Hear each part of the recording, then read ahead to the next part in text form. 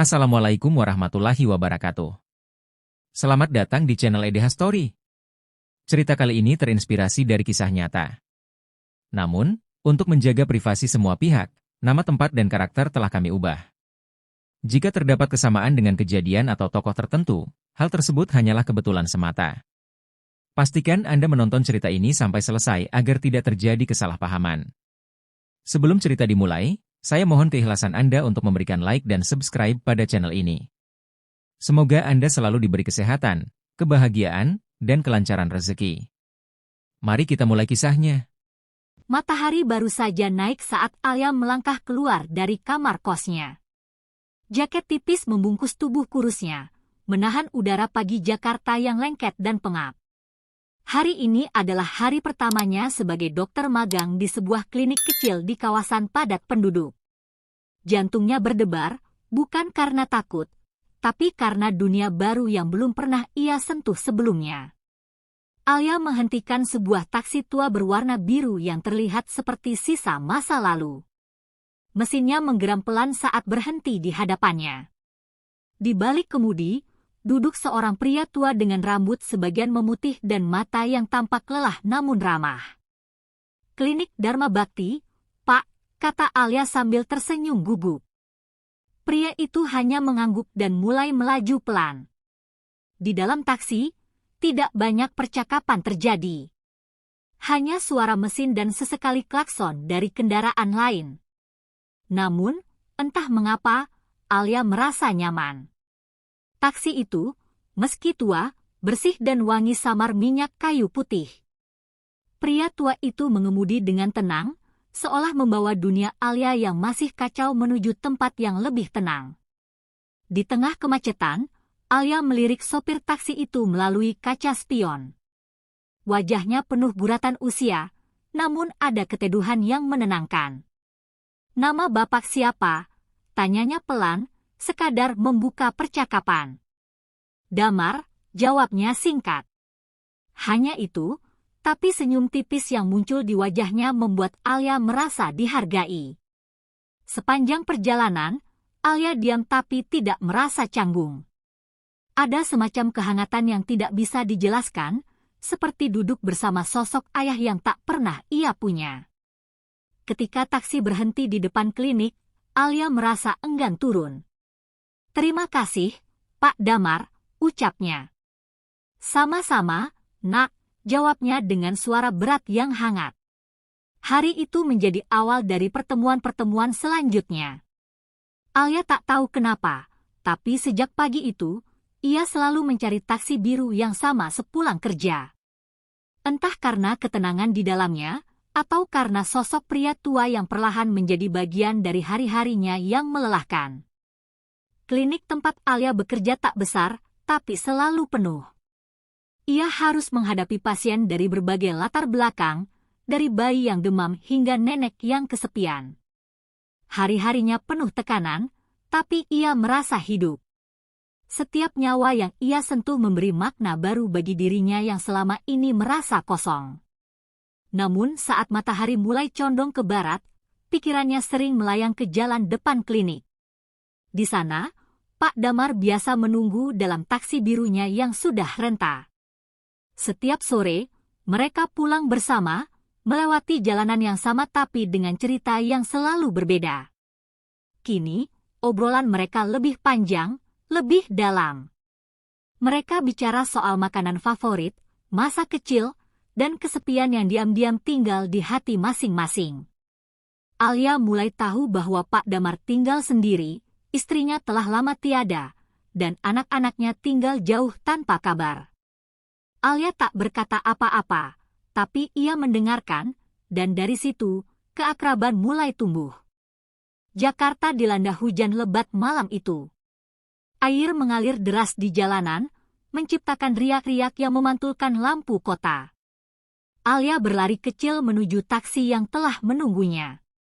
Namun, ketika ia membuka pintu, suara mesin tak terdengar. "Mogok," kata Pak Damar, tersenyum kecut. Di dalam taksi yang dingin dan sedikit berembun, mereka duduk diam. Hanya suara rintik hujan yang terdengar. Alia menggigil, dan tanpa banyak bicara, Pak Damar membuka jaketnya dan meletakkannya di pundak Alia. Sentuhannya ringan, tapi ada kehangatan yang menembus lebih dalam dari sekadar udara dingin. Waktu berjalan lambat dalam kabin tua itu. Tidak ada percakapan, hanya napas yang saling mengisi keheningan. Tapi malam itu, ada sesuatu yang bergeser di antara mereka. Sesuatu yang dulu belum mereka sadari, tapi kini mulai menyusup pelan-pelan ke dalam dada. Setiap pagi kini terasa lebih ringan bagi Alia. Ia menanti pertemuan-pertemuan singkat yang selalu terasa hangat. Dalam diamnya, Alia mulai merindukan sosok Pak Damar. Mungkin terdengar gila, mencintai pria yang bisa saja seusia ayahnya, tapi perasaan itu tak bisa ia abaikan. Pak Damar pun berubah. Ia mulai bercerita lebih banyak tentang istrinya yang meninggal karena kanker, tentang rumah kecil yang kini hanya diisi suara radio tua. Alia mendengarkan dengan hati yang terenyuh. Meskipun dunia mereka berbeda, rasa kesepian yang mereka simpan terasa sama.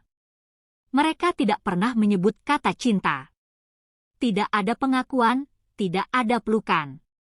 Tapi setiap kali Pak Damar tersenyum saat melihat Alia, atau ketika Alia menyisihkan bekal untuknya, ada sesuatu yang lebih dari cukup. Cinta itu tumbuh pelan-pelan, diam-diam, tapi nyata. Hari-hari terasa lebih ringan saat Alia tahu ada seseorang yang menunggunya setiap sore. Di dalam taksi tua itu, ia merasa aman. Obrolan kecil mereka, dari yang remeh sampai yang dalam, menjadi semacam pelarian dari kerasnya kenyataan di luar sana. Tanpa sadar, waktunya bersama Pak Damar lebih banyak daripada dengan siapapun. Mereka sering duduk di dalam taksi bahkan setelah sampai tujuan. Sekadar menikmati keheningan malam dan suara jalanan dari kejauhan.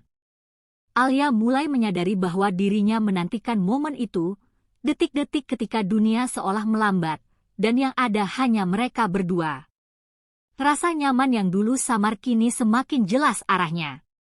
Namun, perasaan itu tak mereka ungkapkan. Seolah keduanya tahu bahwa mengakuinya bisa mengubah segalanya. Mereka memilih tetap berada dalam zona abu-abu, di mana semua terasa aman.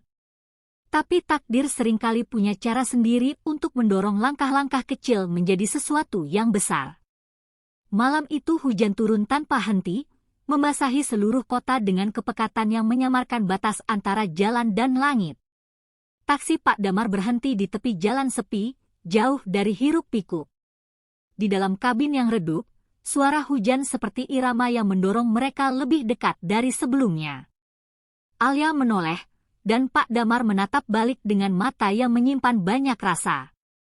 Tidak ada kata yang perlu diucap. Ketika tangan mereka bersentuhan, segalanya mengalir begitu saja. Ciuman pertama terasa seperti jawaban dari ratusan percakapan diam yang selama ini mereka pendam. Mereka menyerah pada emosi.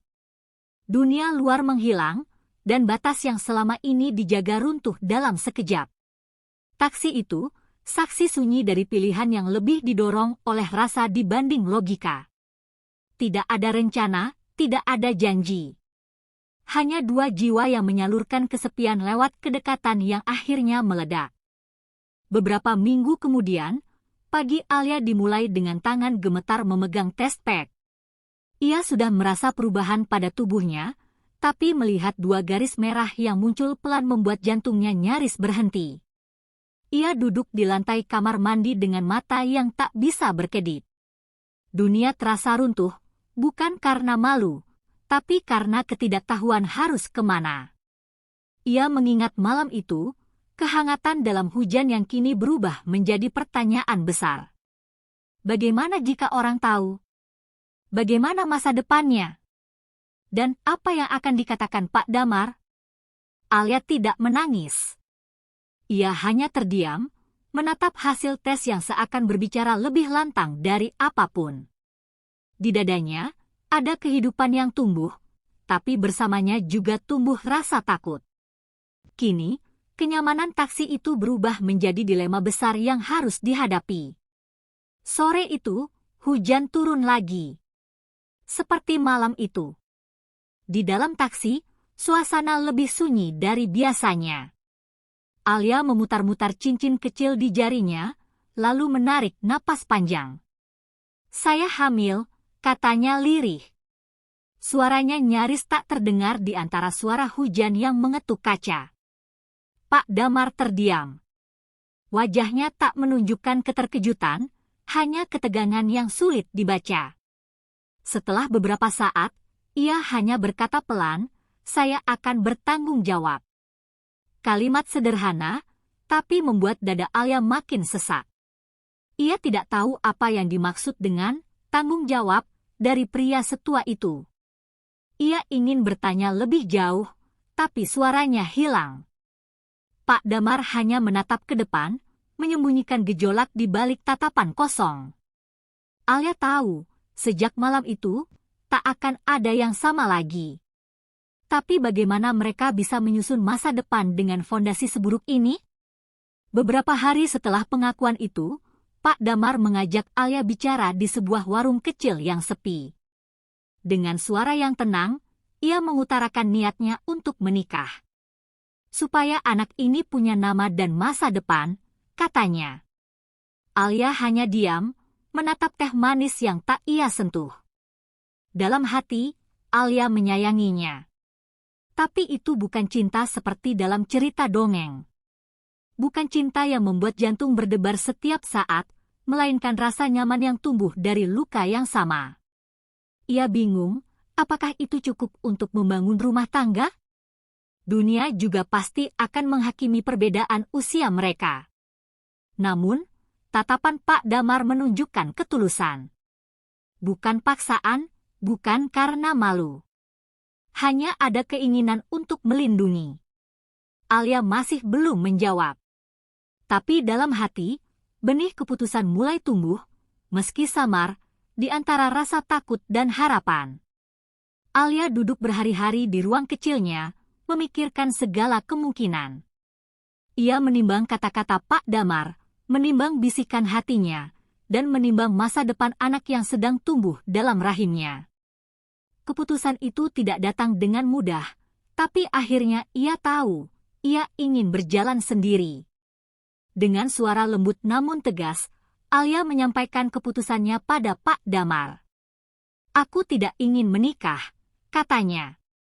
"Bukan karena aku tidak menghargaimu, tapi karena aku ingin memilih jalanku sendiri. Tapi aku ingin kamu tetap ada di hidup anak kita." Pak Damar menatapnya lama, lalu mengangguk perlahan. Tidak marah. Tidak kecewa. Hanya menerima. Hari itu, tidak ada air mata. Hanya keheningan yang mengandung keteguhan.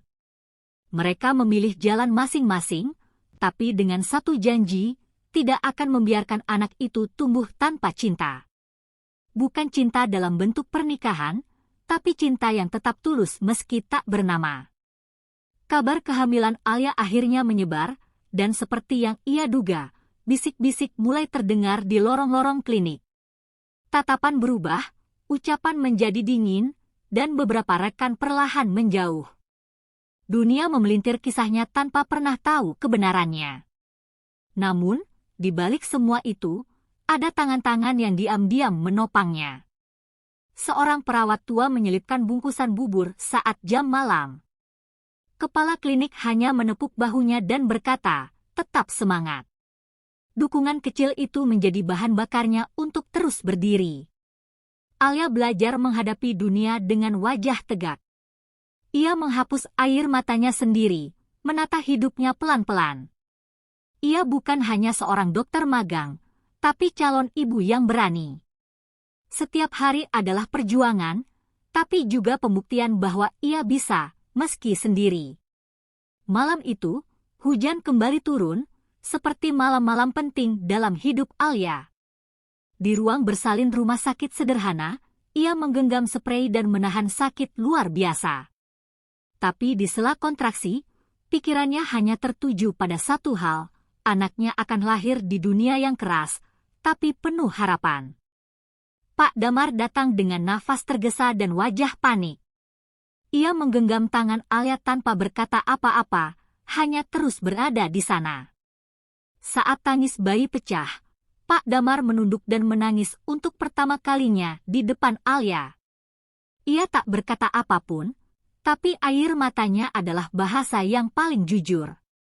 Anak itu diberi nama Arka, singkatan dari Damar, namun juga berarti cahaya. Sebuah harapan kecil yang lahir di tengah gelapnya hidup. Arka adalah milik mereka berdua, lahir dari kesalahan, tapi juga dari keberanian dan rasa yang tak mudah dijelaskan. Hari-hari setelah kelahiran Arka adalah bab baru yang penuh tantangan. Alia kembali bekerja, menyusui di sela waktu, bergadang setiap malam. Tapi kali ini, ia tidak sepenuhnya sendiri. Pak Damar selalu datang, membawakan makanan, mengganti popok, atau sekadar menenangkan bayi saat Alia tertidur. Mereka tidak tinggal serumah, tapi kedekatan mereka justru terasa lebih kuat dari sebelumnya.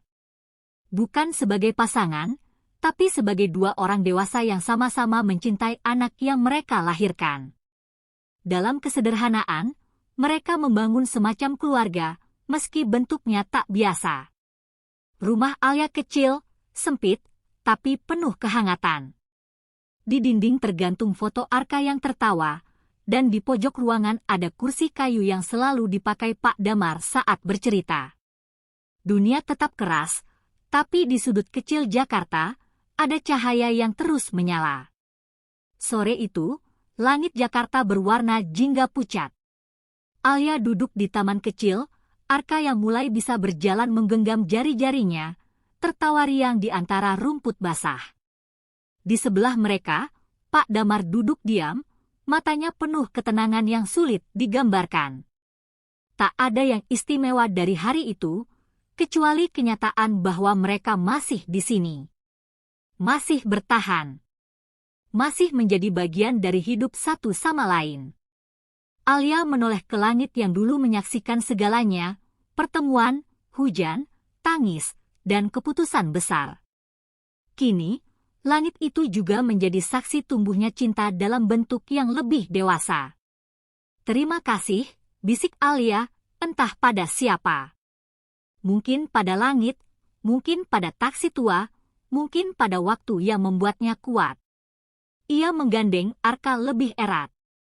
Di bawah langit yang sama, mereka berjalan, bertiga, dalam keheningan yang penuh makna.